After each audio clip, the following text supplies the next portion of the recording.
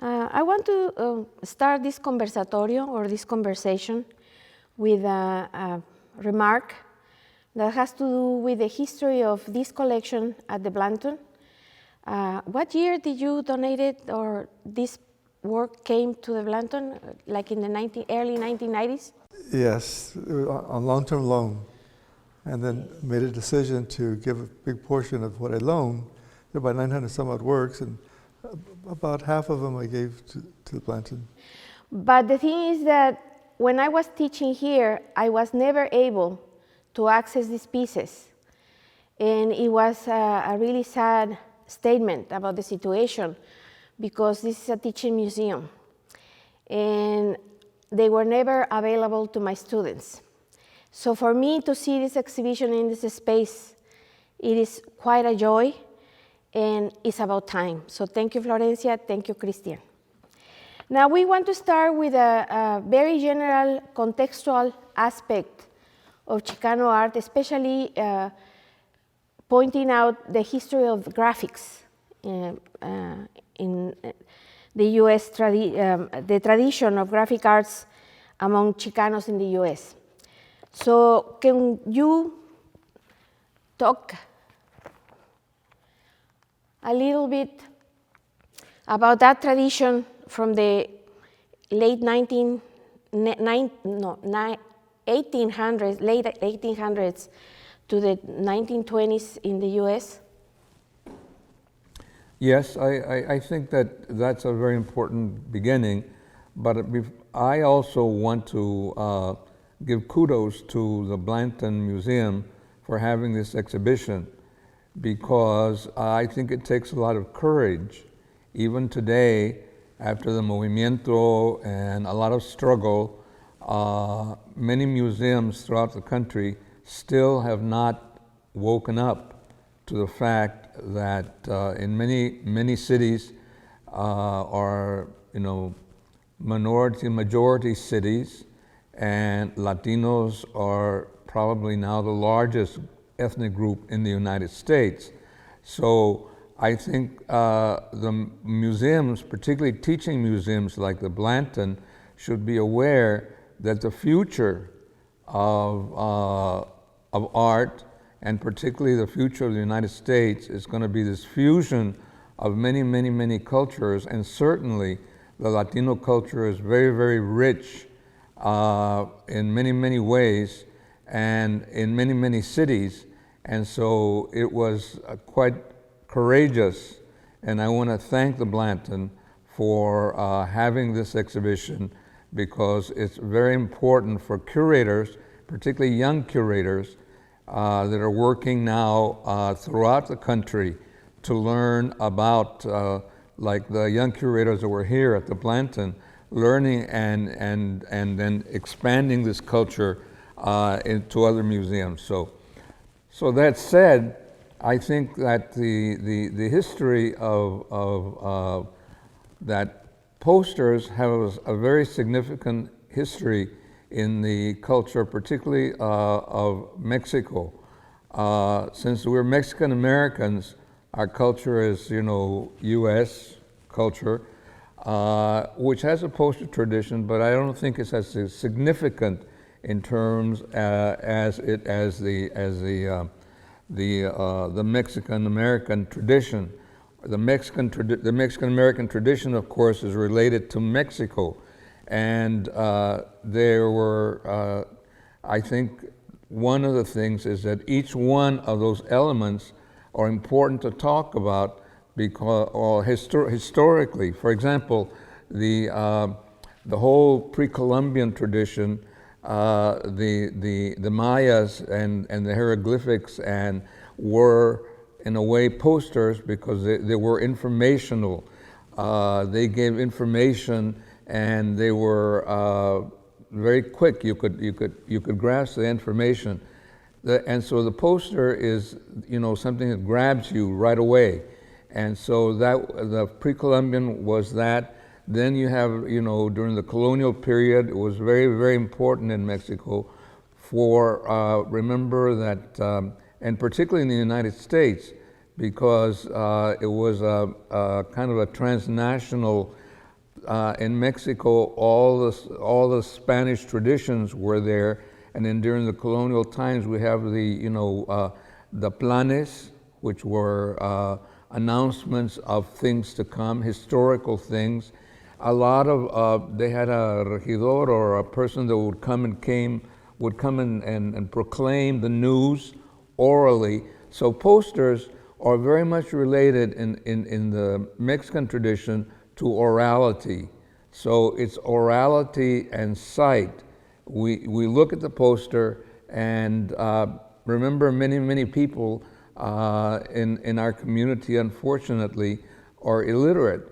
And so they have to have an image that tells a story right away so that they can understand what it is.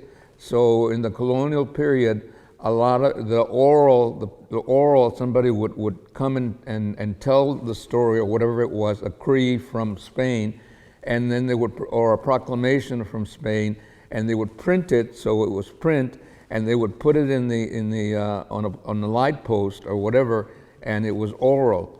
So it was oral, and then they looked at the image or the text, so it's oral and text.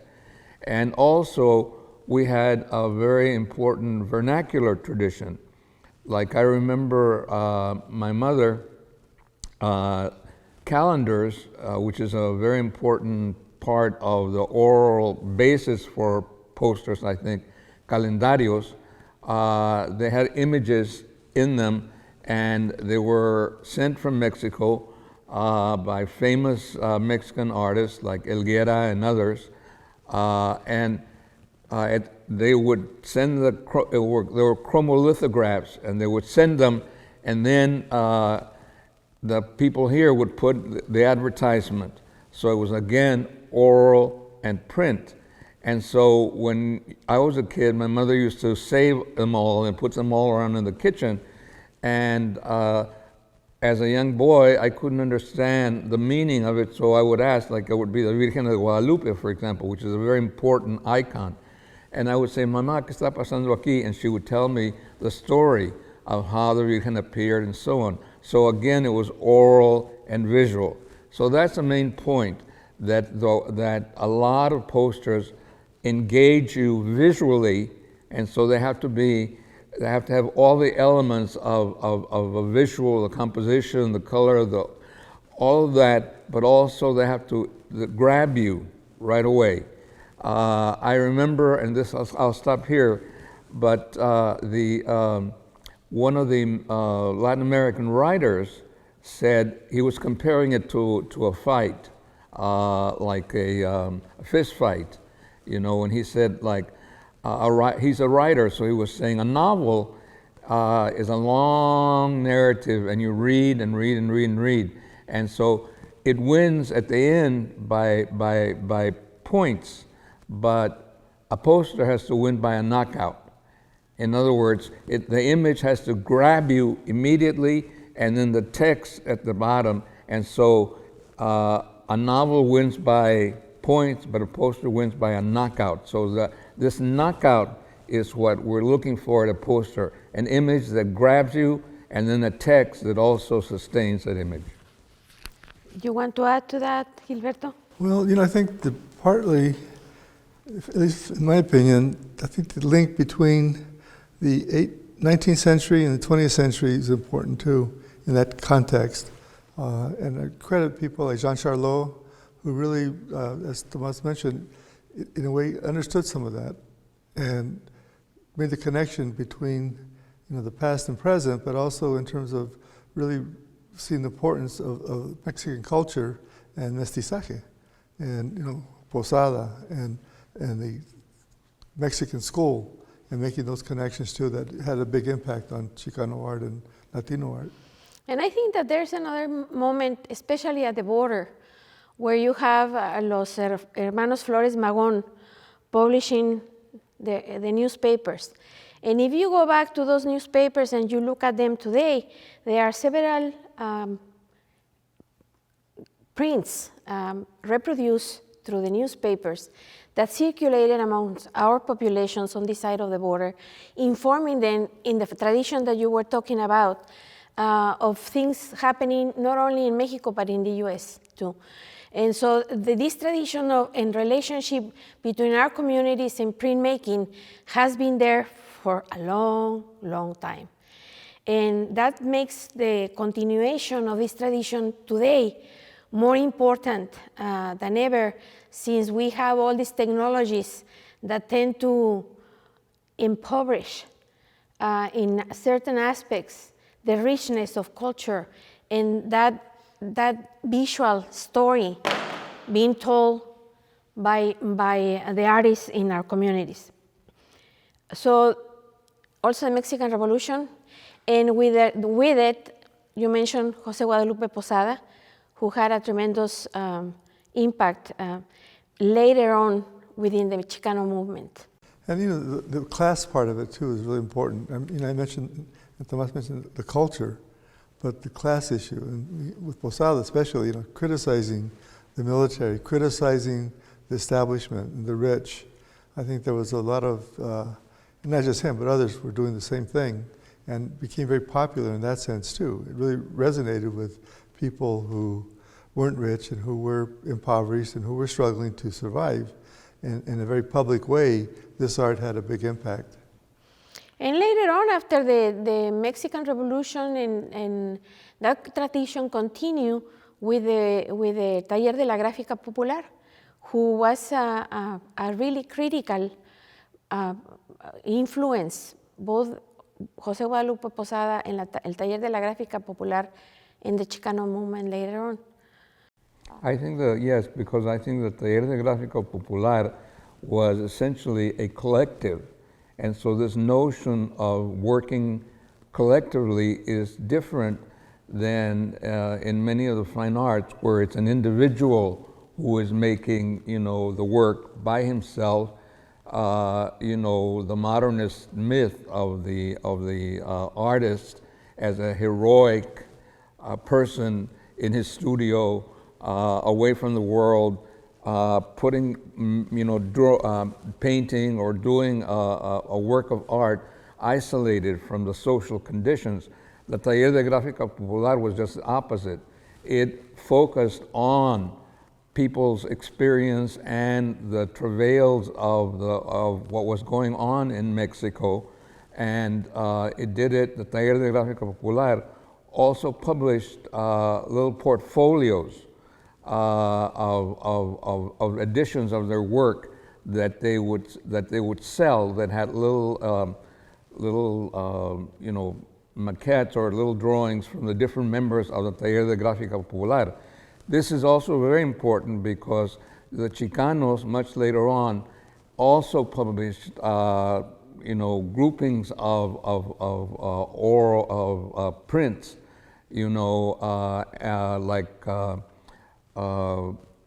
one was called, for example, Rupert Garcia published a thing called Láminas de la Raza. And Láminas de la Raza is a collection of his graphic work in a kind of a volume that then could be sold at very reasonable prices. And that's another point, that the reason the posters were so important in the Mexican-American community is because all the traditions from Mexico that came through the tradition of collectivity and working together as a collective. The Taller de Gráfica Popular would meet, and they would each of the people would critique each other's work. So it was really a collective in the real sense. And the Taller de Gráfica Popular is also very important because at one point the women rebelled because there were very few women at the beginning. Jean Charlot, who had been one of the instigators of it, and the others they were all men. So women immediately sort of wanted to say, we also have a viewpoint, and it's a feminist viewpoint. And so they began making their own prints, having their own discussions, and articulating a feminist Fanny Raval and Mariana Jampolsky and other very important, Elizabeth Cadillac, which was very important as a black Mexican woman. So the tradition of Chicano posters, before we get to, really the Chicano posters, all the elements of all these traditions were also part of us. The collectivity working together, the women that rose up and also wanted to make their own visual images done by women, about their experiences. So all the traditions flowed from one side to the other. Moving into the Chicano movement, there's one published work that became very influential at the beginning. And I would like both of you to address that, El Malcriado. Well, El Malcriado, even the title, I think, is really important because un malcriado is an ill-bred, So the malcriado was part of us as young students working and in a way having to redo or reclaim or undo, our parents' generation. Before the Chicano generation, there was the Mexican-American generation. The Mexican-American generation before the Chicano generation was also very important in terms of poster production because it was the first generation after the Second World War in the 1950s when a lot of the returning GIs went to college and went to art school and learned about the world art. So they were very, very important because they were the precursors to a lot, and among them were some of the poster makers that became like the grandparents or the abuelos of the poster makers of the Chicano generation.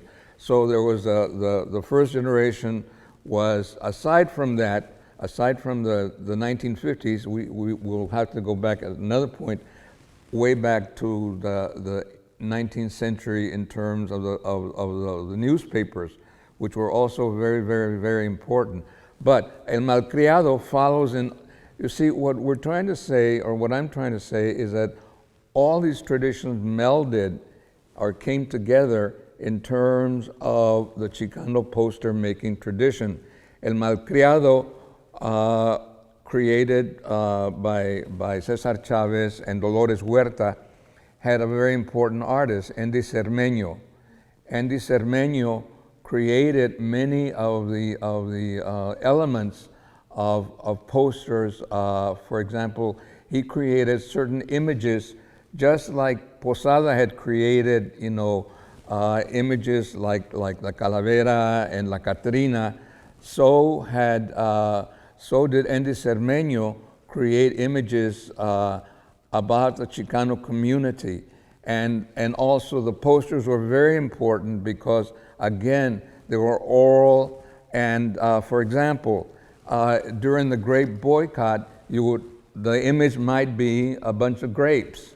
And then the text might be, no, uvas no, or something like that. So again, the image and the text, and so that people could read uvas no and see the text of the uvas that they're not supposed to buy.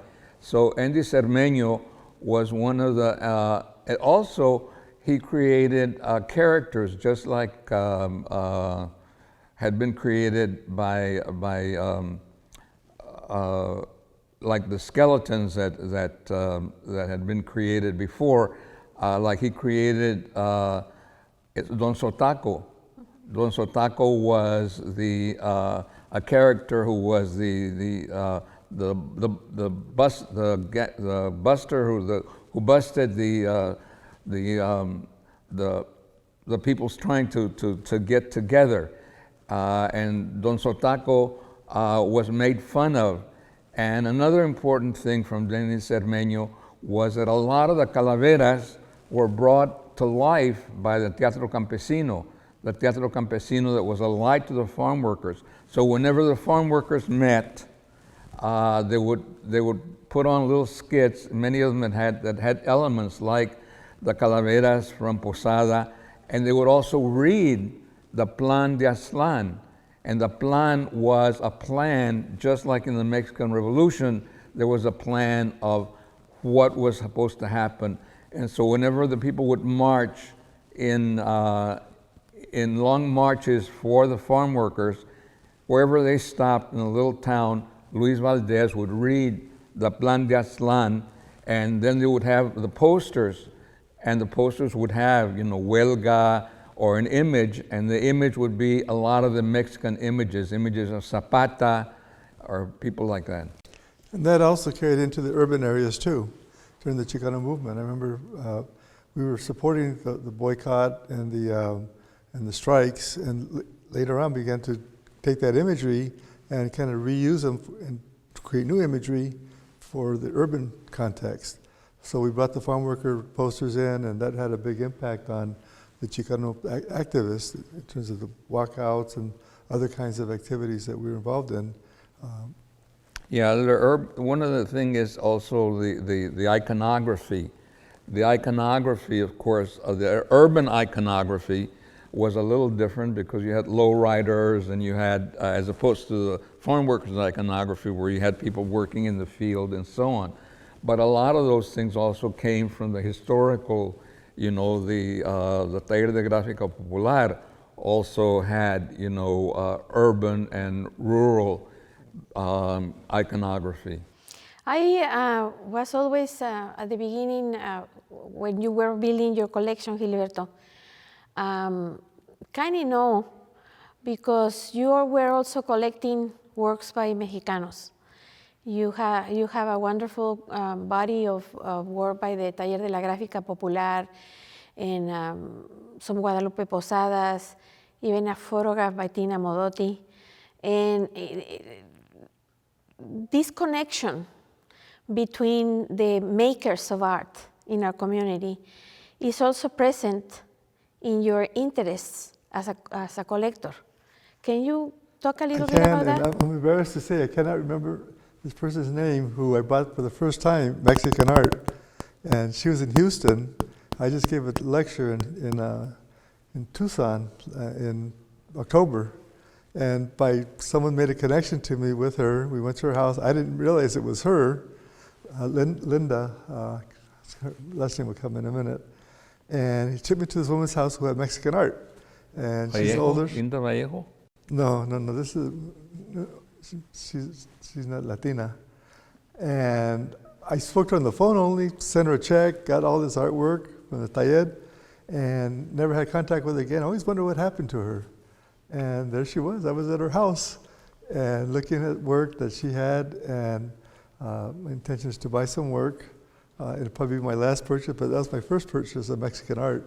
It's just by sheer chance that we made that connection and got to visit with her personally. And only after being there for more than half hour, realized it was her that I bought the artwork from. But I really find fascinating not only that the artists, that we know that history of the search for their roots and to bring their own personal experiences within community to do their work, but also a collector like you, which I don't know if was instinctual or was part of that experience that helped you to go beyond the Chicano and collect from that particular period of time in Mexico. And there was another book dealer real close to UCLA who I met and was purchasing work, and he was a person also that I continued. And really, at one time, he and his wife spent time in Mexico and visited, for several years. And they were really strongly connected to the taller. They had dozens of portfolios, works of art. I would visit their house right by UCLA. And an amazing collection. That had a big impact on me, too. I remember when you still had the Galeria Sin Fronteras here in Austin. The first U.S. exhibition of works by Mariana Jampolsky was at your Galeria, which was really a very telling story about the history of art and the distribution and dissemination of art of people as important of Mariana, who was, like you mentioned, member of Taller de la Gráfica Popular and an extraordinary photographer. Now I just want to make a point also about that. That poster, the poster making tradition, is very, very broad, and it encompasses, well, Chicano art is situated in the United States because, you know, the Mexican Americans are connected too. But as we expand, you know, we have to have many other groups that are coming into the United States. And it's always been, for example, Cuban poster art was very, very important for the Chicano poster makers. Again, in the iconography of some of the orishas, the iconography of Che Guevara certainly came through the Cuban poster tradition. And also the experimental, a lot of the Cuban posters were very experimental in the color, in their space and so on.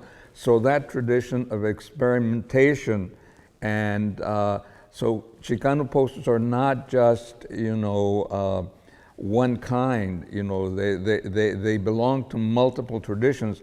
A lot of Chicano poster makers are, you know, use surrealism or use abstraction or use, you know, costumbrismo, many movements, they all fuse together, plus the American experience. We also had, from the US, Chicano posters were very much influenced by the posters from the rock posters, you know, that the psychedelic posters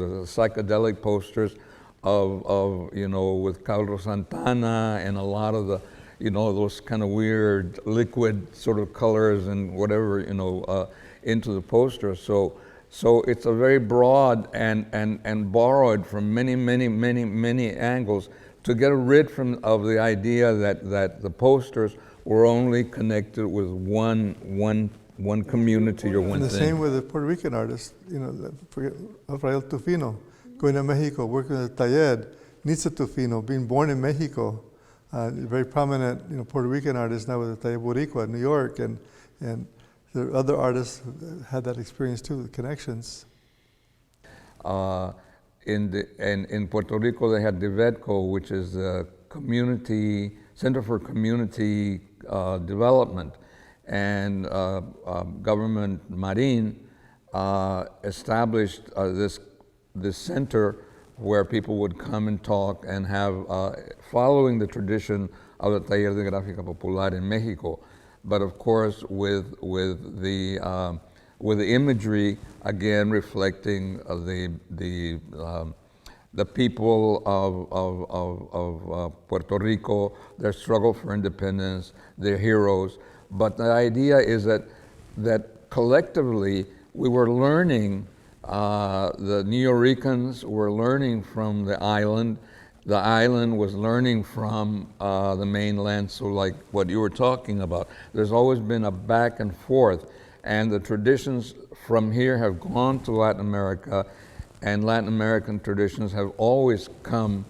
So I think that a lot of times we ought to say it's not, you know, American art should have an accent, America, you know, because America is not the US, it's the whole continent. And that whole continent, the traditions from that continent are embedded in Latino art of the United States. That brings us to this critical figure in the creation of self-help graphics, Karen Boccalero, and how sensible I think she was, as demonstrated throughout the history itself of the organization, of the traditions, experience, lived experience, and needs of the Mexican-American Chicano community in LA. So let me go and ask you both, what was your personal connection in the beginning of the history of self-help graphics, particularly when we tend to isolate those organizations today from their history and the importance of those organizations, culturally and politically speaking, for those communities. I know that you had a personal, very profound relationship with Karen. Can you tell us a little bit more about her? Oh, I can. I am very grateful to Santa Barraza, an artist who was based here in Austin, who was really active and had me begin to show work here in Austin in various non-for-profit spaces. But she mentioned self-graphics to me, which I didn't know. And I went out to visit, and I would knock on the front door in East LA, and nobody would answer. I didn't realize until I went back a couple more times that I had to go to the back of the parking area. I go up the stairs to the back part and walk in, and finally got a chance to meet Sister Karen Cárdenas, who worked in the front office, and really was very impressed to see her, but also to see the artists there. They had studio spaces and got to interact with artists, and eventually became real close to Mari Cárdenas and then to Sister Karen. And she had a big impact on me in terms of, I decided to collect everything they produced and really was happy. And eventually she encouraged me to open a gallery in Austin. We can talk about that later, but it was to her credit that I opened the gallery, because she told me that people weren't coming in as much as she thought they would, from especially university faculty and students. And she wanted to have more of them come in to East LA. And so we would figure out ways to try to attract them, and I'd call colleagues, and they began to visit more often and buy work, and little by little I offered to help her sell work. So I didn't keep any money, but would take portfolios and leave them with friends, and they pay her on the Guild plan, pay as you can, it was a plan, and almost everybody I left portfolios with did that. When Tomás mentioned the importance of Taller de la Gráfica Popular in terms of the means by which those works were produced and the process, I think that self-help graphics is an incredible example of following that tradition. You mentioned ateliers. Can you give us a little brief introduction to that? Because most of the works in this exhibition come from those ateliers. Yes, well, that was a centerpiece for self-help graphics, working with artists in the community, enable them to do edition prints. They called it the atelier, and they would do 2 a year. And then occasionally these artists would print on their own there, working with a master printer. They would divide the collection or the edition between the artists and self-help graphics. And Karen really pushed that, and they would have artists apply to do prints, and then a committee would be together and make a decision to select them or not. They really wanted to encourage young artists and artists who were getting to start to participate, and they had very experienced artists as well. But that was they wanted to be a community-based taller, and they were very successful at that, and got a great reputation for bringing in these artists and producing really nice work. And the ateliers also reflect not only the development of important LA-based artists, but artists from all over the United States coming into those talleres to work. And I will mention the importance that for me the self-help graphics ateliers had in terms of our collaboration with self-help graphics in the binational talleres of monoprint and serigraphs that we had on the 1990s, early 2000s. Right. When I opened my gallery in 1986, Arte Sin Fronteras, here in East Austin, Sister Karen would do the show every year of self-help graphic prints, and she sent out Margaret Garcia, who did a workshop also when she was here, monoprints. And I think that was how we got started doing monoprints in Mexico, at least with exhibitions with the Colegio de la Frontera Norte. And it was a point where I think you and I were discussing what would be the next exhibit, and we talked about create a taller. And so Sister Karen actually had the artists working in the auditorium. They put these big tables down, and artists were they're teaching them how to do monoprints, and they did some really great work. And later on, they just did that as a regular part of the self-graphics taller. So they had the silkscreen taller, and they had the monotipia. And then later on, etching. And then later on, the etching project. I was on her. She put me on her board, and she would ask me to help get proposals, and I would assist her in getting some proposals written for funding and projects that we did in Tijuana. She asked me if I could help her get money for the etching press, and I really didn't know how to do it, so I suggested that we create a portfolio on immigration and invited people that I know to subsidize it, and then the sale was to help provide the money to support the establishment of the etching room. To be honest with you, it was a great project, fantastic portfolio, but really it wasn't sufficient to create but it helped them. And they were able to generate their own money and create their own taller, with other monies coming in. But that was the initial part of that effort to establish the etching program there. Sister Karen Boccalero is a historical figure, a very important historical figure.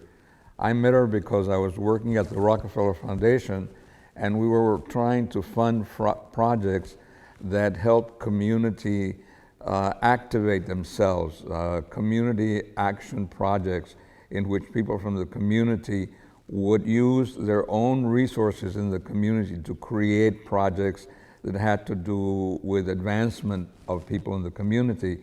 So I went there, and I always remember her. She always had a cigarette. She was smoking all the time, finish one cigarette and then have another cigarette. And what impressed me very much from her, she was very open. When I went there, there was, I don't know, a guy who was all made up, and he was just working there, and she was open. She had, gays and lesbians and all kinds of people from the community working. And that openness, I think, that she had towards community made her work, very, very important. She was global. She knew what was going on. When I was there, Agnes Varda was doing a film about when they were at the Brooklyn thing. She had people from the community. They had a community garden.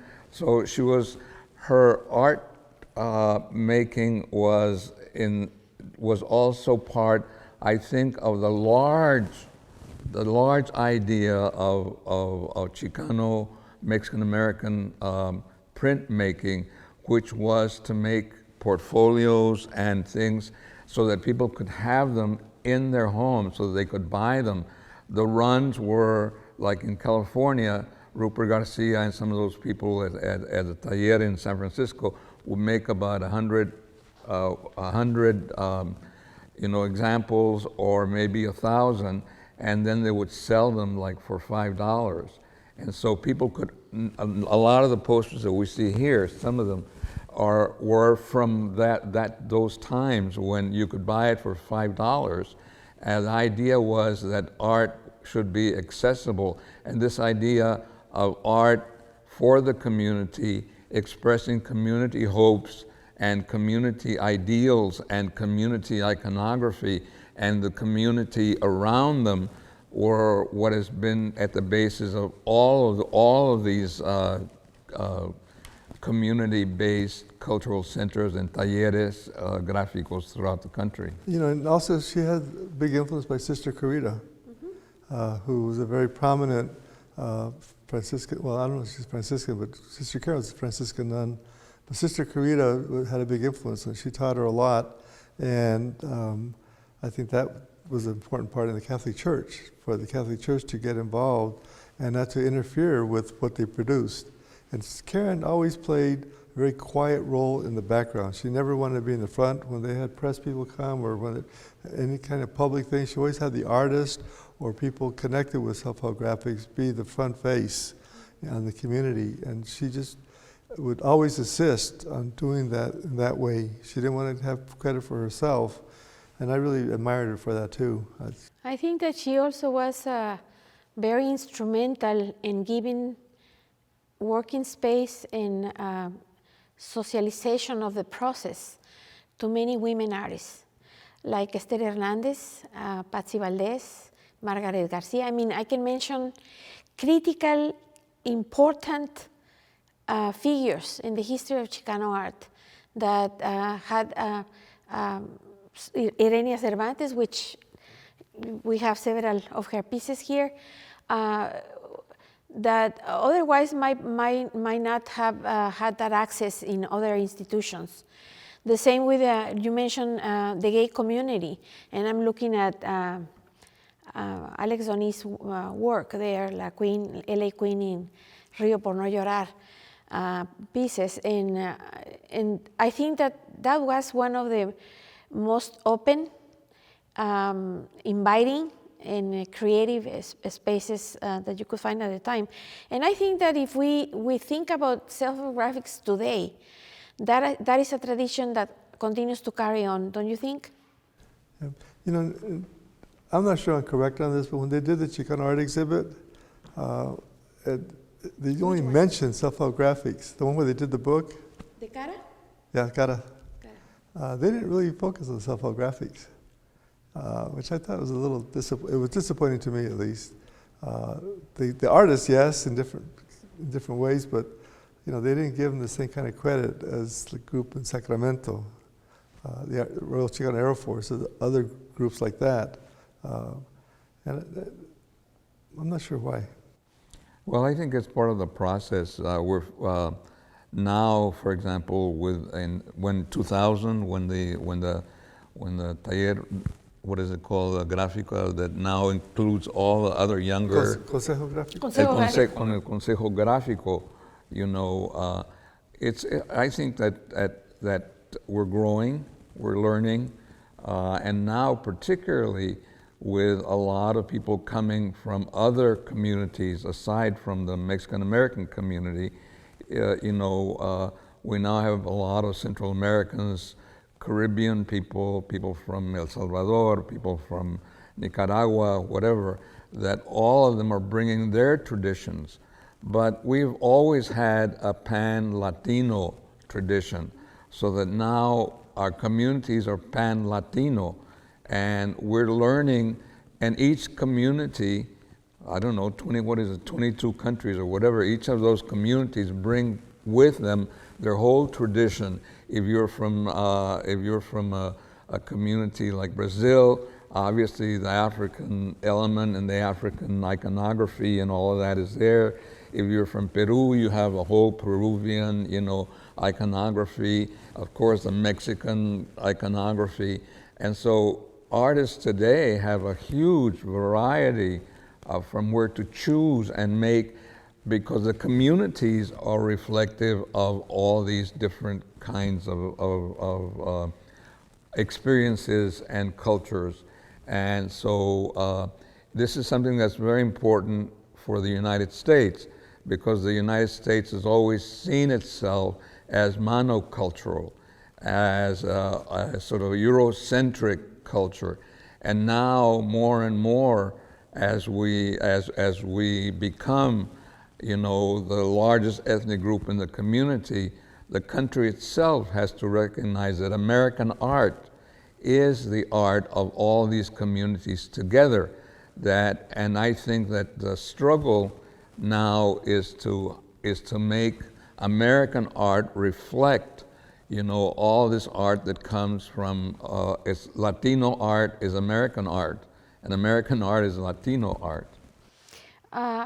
Maybe one of the last points that we would like to touch upon, I would like to touch upon, is the model that comes from all of those traditions that we just spoke about, followed by self-help graphics, became in itself a model for other printing workshops. At the entrance of this exhibition, there's the work of Sam Coronado. And I would like for you, Gilberto, to address that particular one and maybe talk about El Taller Boricua, Tomás.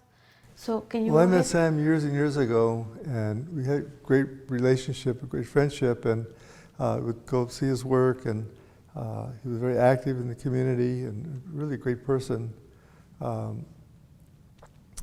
He took an interest in applying for self-graphics, talking about self-graphics, and he made an application, and the master printer there, I can't remember his name now, really wasn't that, well, they had a lot of applications, and Sam wasn't on the top of his list, but he was in Sister Karen, and Sister Karen put me on the committee, so we got Sam to come in. He did his first print there, that print that we're looking at there, and he and the master printer got along so well, the master printer invited him back 1 or 2 more times. Sam got so impressed that he wanted to create a replica of Self-Help Graphics here in Austin and work with artists in Texas, and then later, as Self-Help Graphics did, beyond. And that was the establishment of the Siri project that he developed.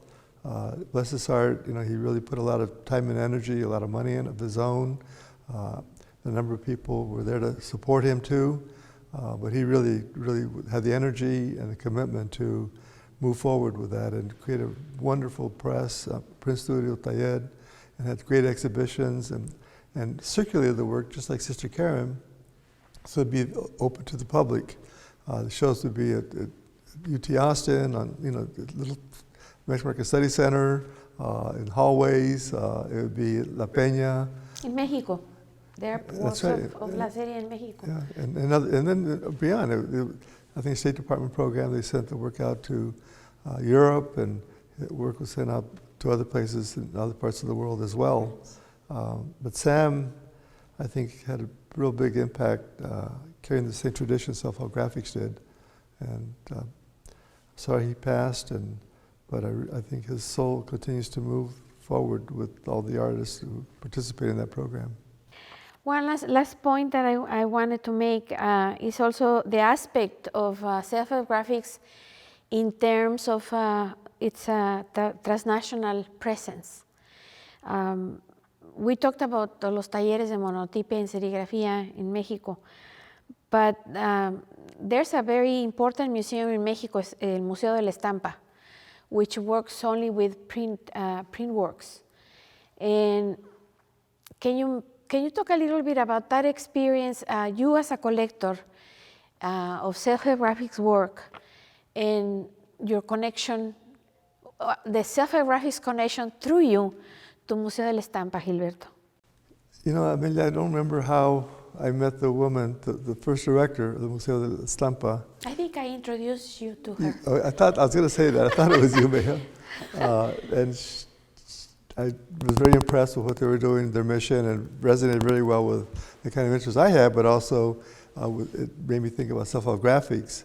And I spoke to Sister Karen, and Sister Karen said she would donate work from Self-Help, and I said I would donate work from my collection, and took the work down to the museum. They're very grateful. The first year of operation, actually. And we had a Chicano presence there from the very beginning at that museo, and I'm real happy about that. And I think Karen was very generous to provide that work, and as I said, the museo folks were very happy. I would like to close with a little bit of your own personal contributions to exhibitions like this one, and the production of those organizations that allow us to have these works for all to see.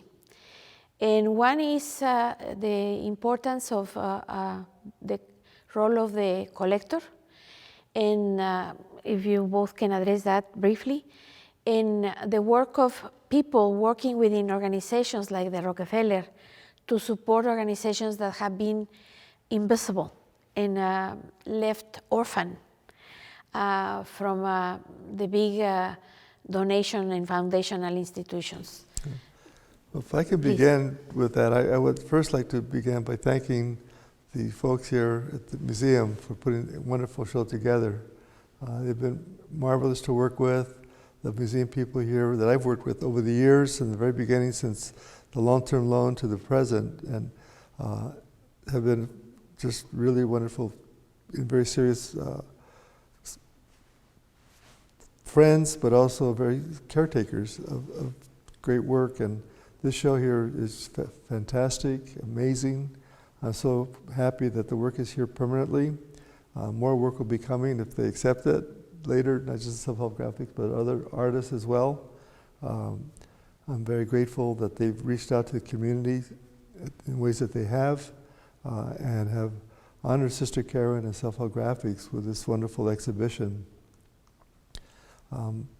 Really pleased that this will be a model, I think, for other museums around the country to follow, to show artists in Chicago, not just at the National Museum of Mexican Art, but other places. And I think collectors hopefully will take more interest in donating work here to this museum and other museums as well, like the Blanton Museum. I want to close with one of my ideas as I think about curatorial work and the mission of a teaching museum, or all museums, because all museums should be teaching museums, I think. Experimental or not, but they should. And that is that the curatorial effort is, in a way, writing a book with different chapters that tell a story of our individual artist, an individual idea, or a collective, like this exhibition is. And the way that the exhibition was put together by the curators is different chapters that tell the story not only of self-help graphics, but also tells the story of a whole community that we can see and we can identify ourselves with the works. So thank you very much, Blanton Museum. Thank you very much.